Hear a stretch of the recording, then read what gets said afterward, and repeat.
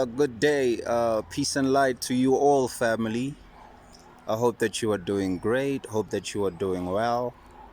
Wherever you may be in the world, blessings, miracles, health, groundedness, and just joy. I wish that upon you. So, don't forget to like and to subscribe to the channel so that you may get more videos in future. In today's video, I quickly want to talk to you about something profound. I want to talk to you about the human experiment, human experience, Lucifer experience.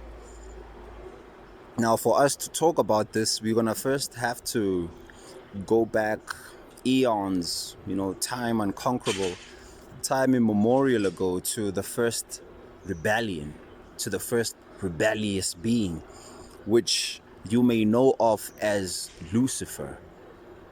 So now, some of you, or most of us, know of Lucifer as the bad guy in the story, the bad guy in the movie, who wanted to be like God. He said that I shall ascend to the thrones and be like the Most High. And that's why Lucifer got kicked out of heaven. But today I want to tweak your mind a little bit and show you some things that you probably never even thought about when it comes to who Lucifer is.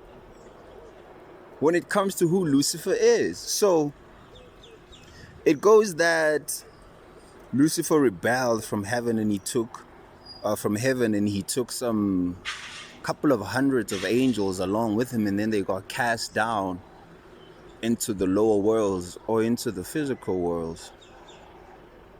Now, when you read the Bible in the book of Isaiah, they call Lucifer the bright morning star. They say, "Oh, how you have fallen, or how you have fallen, Lucifer, son of the morning star." Right? Now, keep that in mind. In the book of Revelations, guess who is now called the morning star? Jesus. They call Jesus the bright morning star. Now I'm going to explain why both Jesus and Lucifer are called the morning star. Because for you to understand everything that is going to happen, or everything that I'm going to speak about on my channel, you have to first understand something that is called oneness.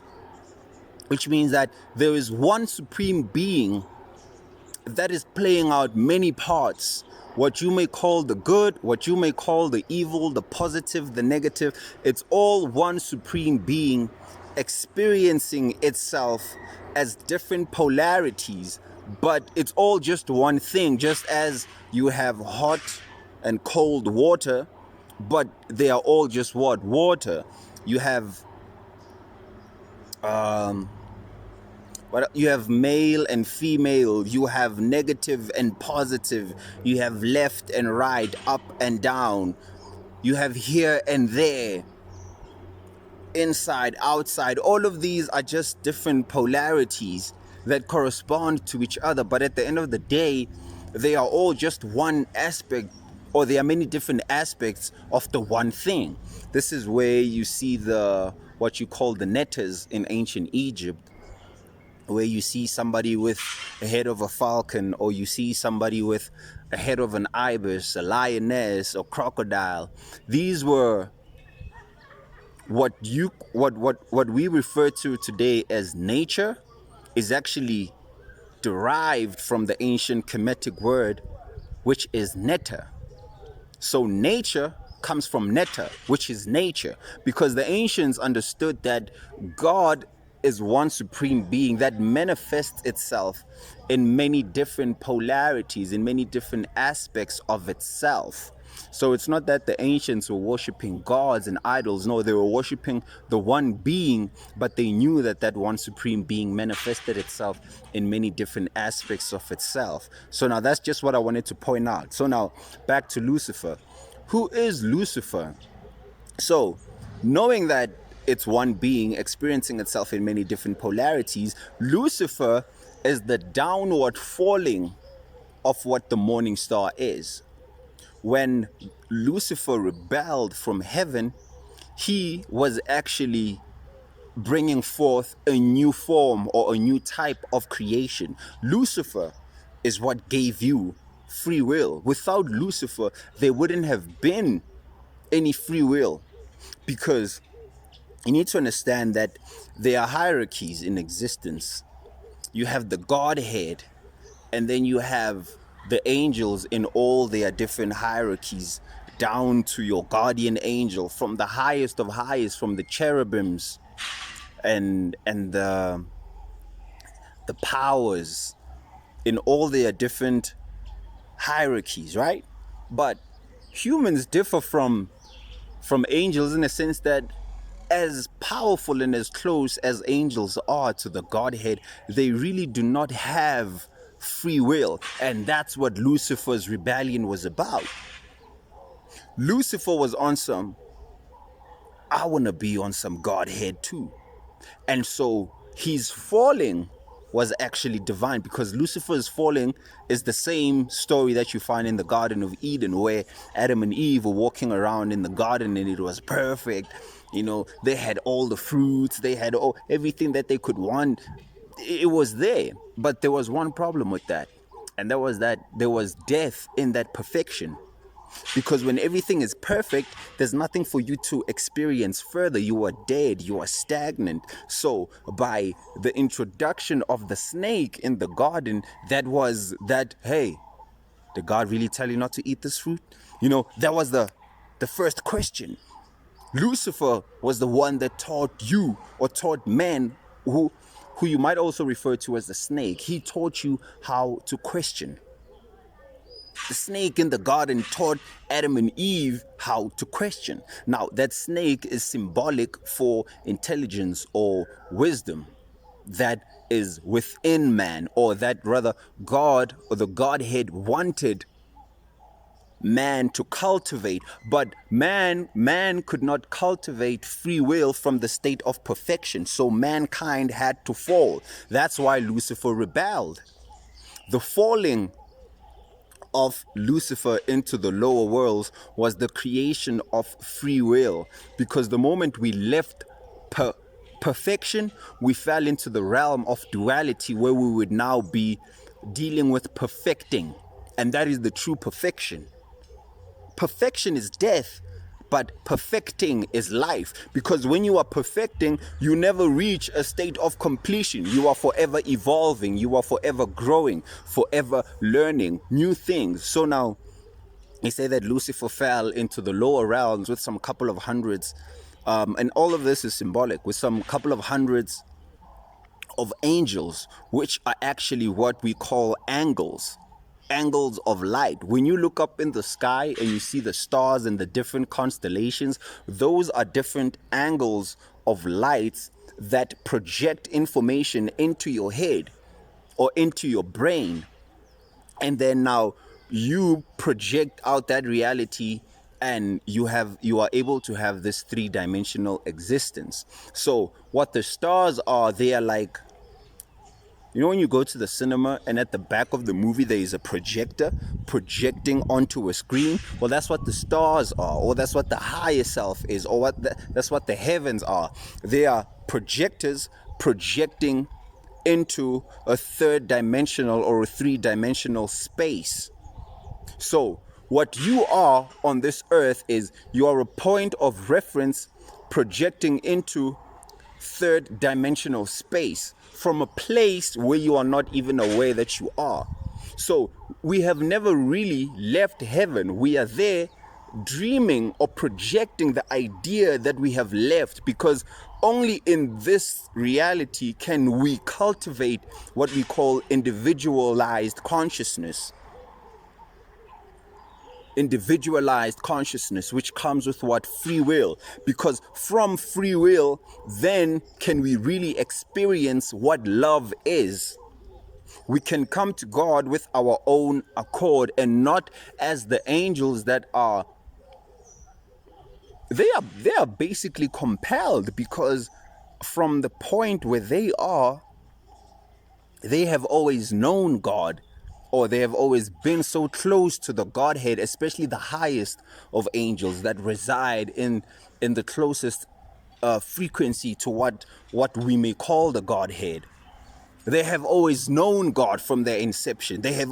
So they are compelled to do the will of the one most high. And now as we descend down the ladder of lights, different things begin to now come into place.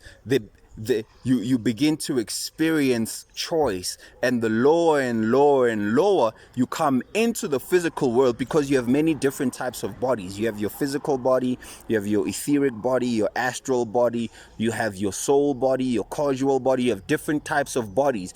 You descended down these bodies, and with each descent, there was a loss of memory of who your true self was. And in the losing of memory, or in the losing of the knowledge of your true self, you are able to now bring forth something else, which is what Lucifer was about. Lucifer was tired of this, like, nah, goddamn. And we are that. Lucifer is the pineal gland that fell into the lower world, into the lower realms, trapped within the skull, trapped within the darkness. The third eye, the light within man, the eye. This is the individual eye. I and the Lord, I and the Father are one. This I is the primordial self that fell into the lower world to come now project a new reality into the third dimensional spaces of existence. So what humans are, there's a verse in the Bible that says that, who are we that you deem us to be higher than the angels? Who are you that in our weakness you find us worthy? I'm paraphrasing it. So in all our weakness, in all our jealousy, lust, envy, and greed, why are we so special to God? Why are we so special to the universe? What is it about humanity? What makes us special is because what we are doing here has never been done before. We are a species that has completely forgotten itself and fell into the lower realms. And now from this, we are able to come to God from an inner and not an outer influence of the Godhead. So we are able to understand that there's love, and then there's hatred, there's evil, and there's good. But through our choice, we say, no, we choose the good.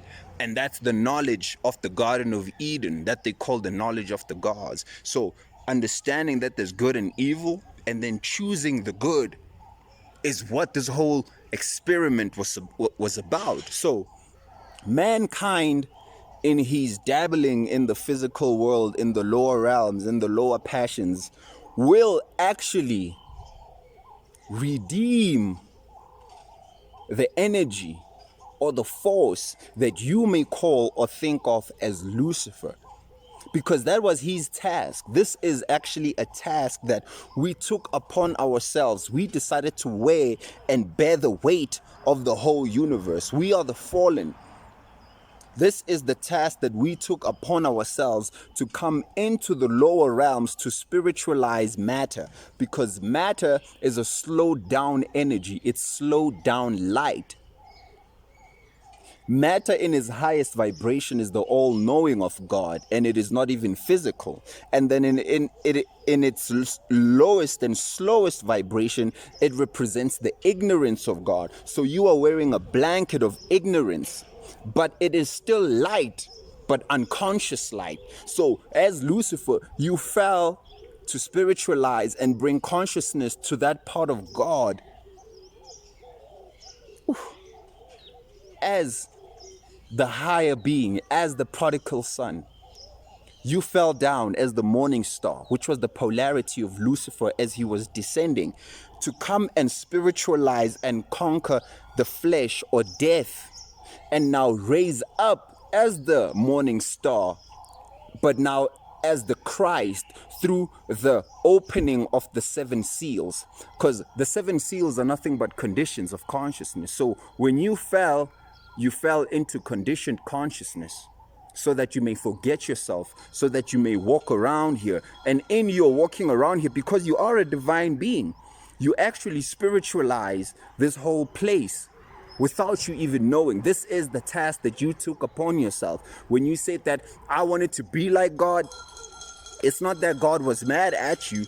God actually wanted that, because what God doesn't want is slaves.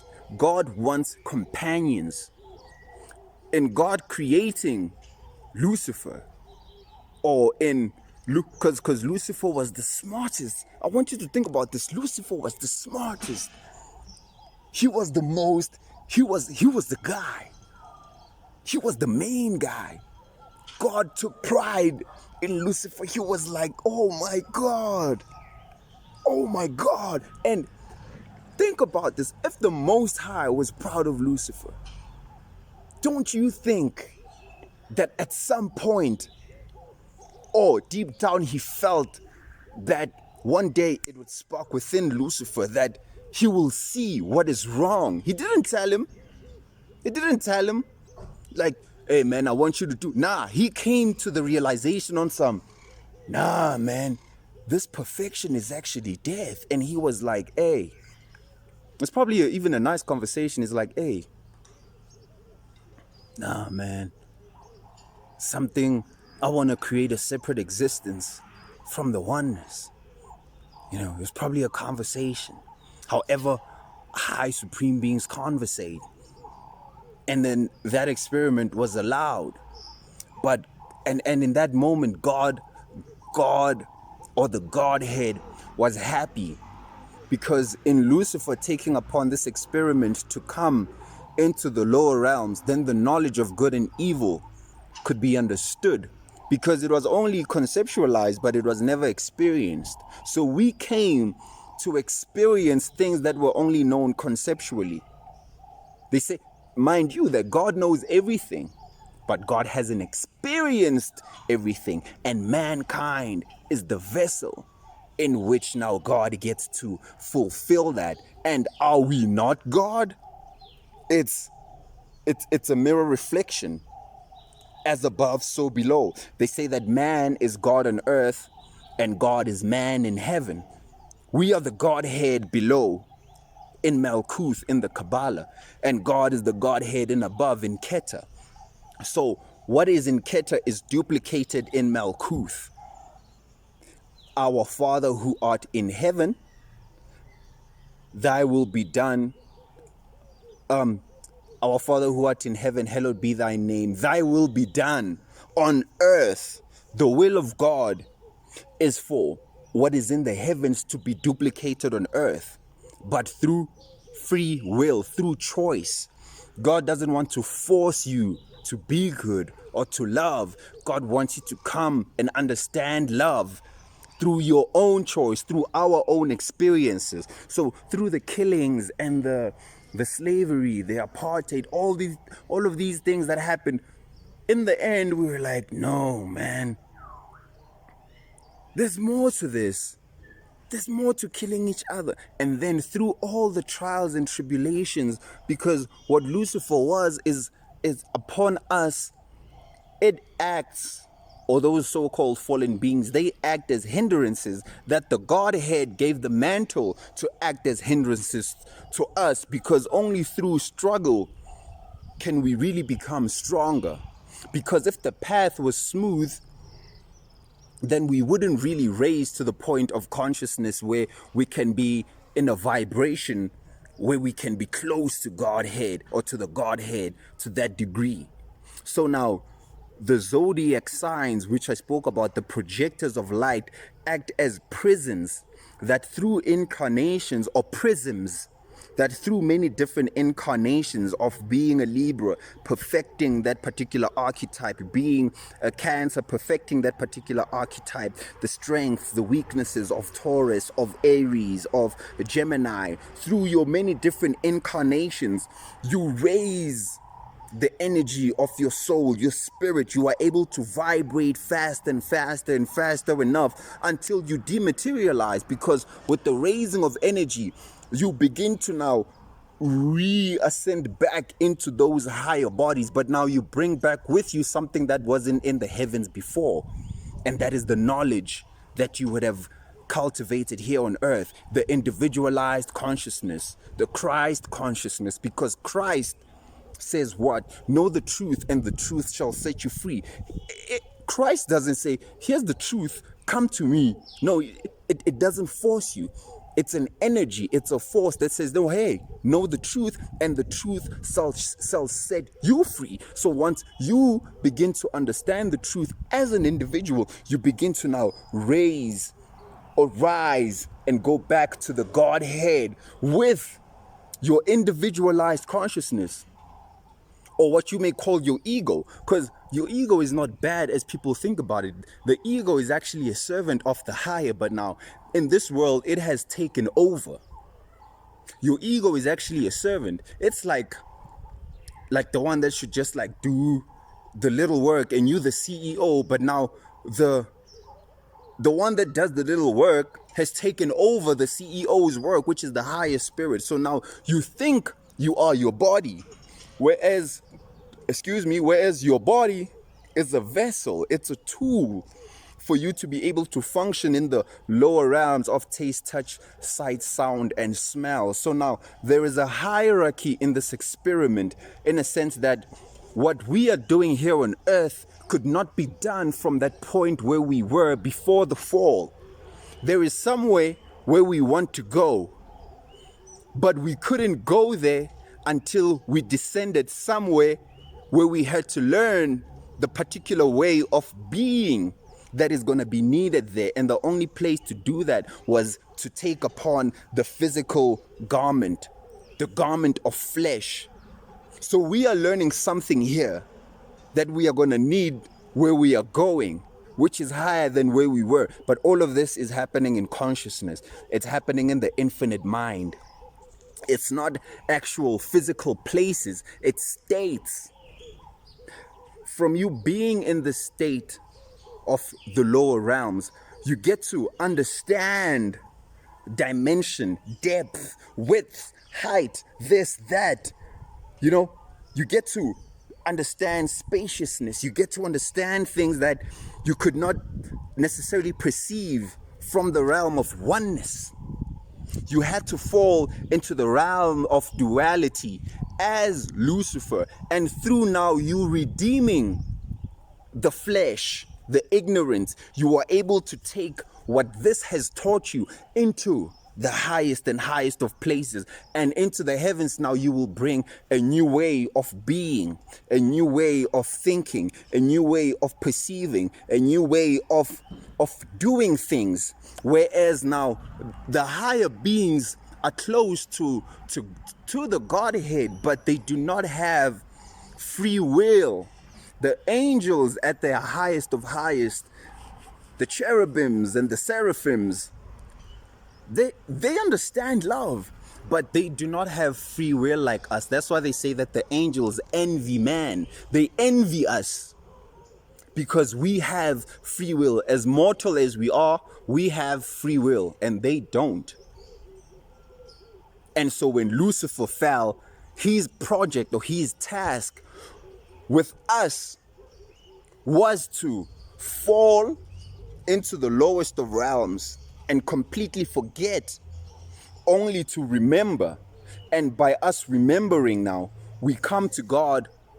We basically duplicate God on earth. We become God on earth. The Godhead moves its throne and descends and descends down and becomes humble. And you now have to go to work, and you have to, in a sense where you could move instantaneously. You could think of a place and you were there. You could look at stars and project and, do all these things instantaneously. Over eons and epochs of time, you began to lose these abilities. You began to fall lower and lower. And now this is a cosmic story. I'm just summarizing it. This descent into the lower realms took place over eons of time. It wasn't something that happened overnight. You descended down the ladder of lights through. You can't even begin to imagine the time that it took for us to get to where we are. to be doing the job that we are doing here. So this is what the whole Lucifer, the human experiment, is about. It was about Lucifer rebelling in heaven as God's most prized creation, the smartest one. And by him being the smartest one, he fell, and he knew in it. And I'm just saying he, when it's actually an energy. It's not even a he, she, but I'm just going to use he for now. He knew that he would be labeled as the bad guy. As right now we think, the snake is labeled as the bad guy. But without the snake in the garden, you wouldn't have the knowledge of good and evil. You would have been slaves to the garden, walking around eating apples and bananas all day, never actually learning anything new, never actually getting to create, never actually getting to understand things. But through the falling, because the fall, once you fall, automatically it means that there's nothing else to do after you fell to the lowest point than to rise. After a fall, there is a rise. And we represent the fall of God. We are the fallen beings. We are the titans. We are the being that Prometheus stole the fire of light from the gods and gave it to man. That fire that Prometheus stole was consciousness. We came here to spiritualize matter, to spiritualize that part of God that had to be spiritualized through experience. It was known that there's an evil, but that evil was not experienced until we were like, we'll experience it. Because in forgetting yourself, you will begin to kill yourself. And that's just, when you see humans kill each other, that's just the external manifestation of the internal amnesia that took place eons ago within man and within the universe itself, because we are the universe experiencing itself. So I think this is where I think I should just summarize it, because I think I said that I said everything that I wanted to say, but I didn't really plan to say it. It just came upon me to drop this one about the Lucifer experiment, because when I think about Lucifer, it's one of my most favorite things to think about the angels and the fall of man, because I like thinking about things from different angles instead of just saying, oh, Lucifer is bad. And you're like, nah, man, I can't believe that you're saying that this was God's most prized creation, and that, nah, bro, it's some, I'm gonna do this. They might hate me for a couple of millions of years, but I'm going to be the first to forget myself and create a realm of duality. And Lucifer did, so that we may come to the knowledge of God through our own accord. And now we, by coming up, we will actually redeem Lucifer, or what you may call so-called Satan, because what Satan is the flesh. Satan is the flesh. This is Satan. If you see this is actually soot. When you burn something, that blackness, this is soot. We call this soot, this blackness, the ash. So this dark body, this is the ash of God as you descended down as the bright morning star, burning melanin, the dark melanite one. Because it's not just about this external melanin. Melanin is actually more of an internal thing in terms of what we call neuromelanin. So you have the melanin that makes you a dark person externally, and then you have an internal melanin which is called neuromelanin, right? So now that is what gives people, or rather black people, the dark pigment that they have. But there is an internal melanin that is called neuromelanin that allows you to have spiritual access into spiritual realities that you wouldn't necessarily begin to be able to tap into if you didn't have it. So we are those beings, we are those fallen entities that traveled as the prodigal son, or the hero's journey away from the father's house, and then went into the wilderness, went into Egypt, was sold by their brothers. All these stories in the Bible are talking about this fall in many different dimensions of it, because the stories of the Bible are actually layered.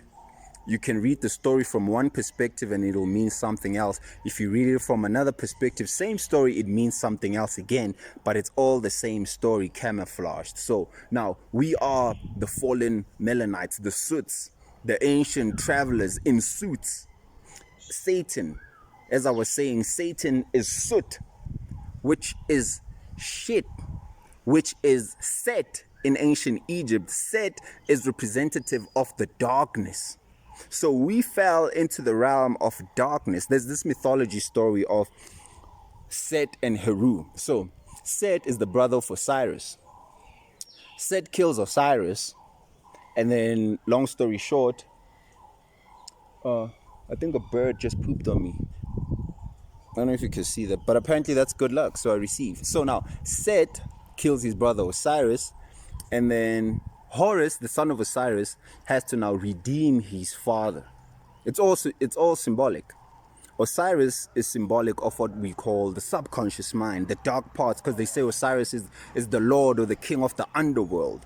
That's the subconscious mind, that part of your mind that basically is unconscious to you but runs everything. And then Horus is the light, he's the conscious mind. Sut is ignorance, or Set is ignorance. He's the ignorant part of ourselves. So, you know how they say that the sun rises on the horizon? That's who Horus is. Horus rising on the horizon. That's Horus, Heru, the hero, the son of God. It's all symbolic. The stars are our story. We are the stars playing out a cosmic story of falling, of a fall and redemption. This story that I was talking about in this whole video is told in the stars. It is written in the stars. So the Son of Man, the S-U-N, is the S-O-N. So now the sun rises on the horizon, which is symbolic of Horus defeating Set.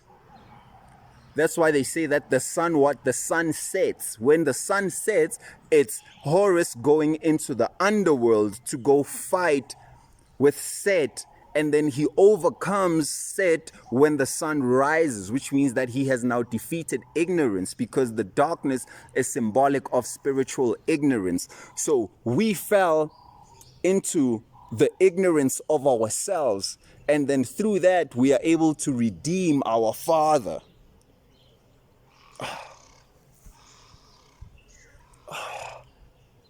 The ancients put all of this down in mythology, so that that's why they say that, man, know thyself, and when you know thyself, you shall know God and the universe. This story is playing out in everything that you see, in every movie, in anything that you could ever watch. This story is being played out time and time and time and time over and over again. It's the story of the fall and the rise, the hero's journey, who journeys away from the heavens, from his father's place, and then falls into a lower state of being. And then there it's the story of Job. He's stripped of all his glory, but in the end he will be redeemed. That's who we are, and that's who Lucifer is. This is the Lucifer creation. The Lucifer experiment is the creation of duality, of good and evil, of this and that. Materialistically creating it, of polarities. And then now, us coming into that creation and experiencing both sides of the polarity. Because you have malevolent and benevolent beings throughout in creation, but all, like how I said, form part of the one most high, the one supreme being. But both sides had to be experienced experientially, so that and we humans are the ones that fell the deepest into that experiment, into that experience, so that through our evilness, so-called evilness, so our killing of each other, our forgetting of the divine head over time, once we come back to the Godhead, this whole thing won't be repeated again. That's why they say that the whole universe is waiting for the Son of Man, because through our experience, through our being here, the whole universe and universes to be will know never to do this again. Through us, we redeem the universe, we redeem Lucifer, and then now a new universe can exist where free will exists. There's still free will, but that free will, that duality exists now in a yin yang type of thing where there's a balance instead of there's just this pure force of God and everything is compelled to its love because it is that bright. So now we will move back to the light of the Godhead, but as individuals who have their free will. You come to God through your own accord. But that call to the one, it's so powerful that that's what's bringing us back to like, no, man, there's something else. And we choose love. And that's what true love is. It's when someone doesn't force you on it, but when you choose it for yourself. And that's the whole point of why we are here. That's why we are loved. That's why we are special. That's why we are very unique. That's why we will be raised high above the angels. It's a long time because the fall is very deep, but slowly over eons of time we will be raised high above the angels. And even now, how the angels guard and teach us, we will, through our raising of ourselves, bring to them something that is new. What was below will be above, as now what is above is being projected below. It's a game of polarity. It's a game of this and that, up and down, but it's all one being. Peace and light, family. Don't forget to subscribe to the channel, where I'll be giving you sometimes random videos like this where I'm like, oh, let me drop this profound one. I hope that it gave you something to think about, like, ooh, you know. Peace and light. Peace and light.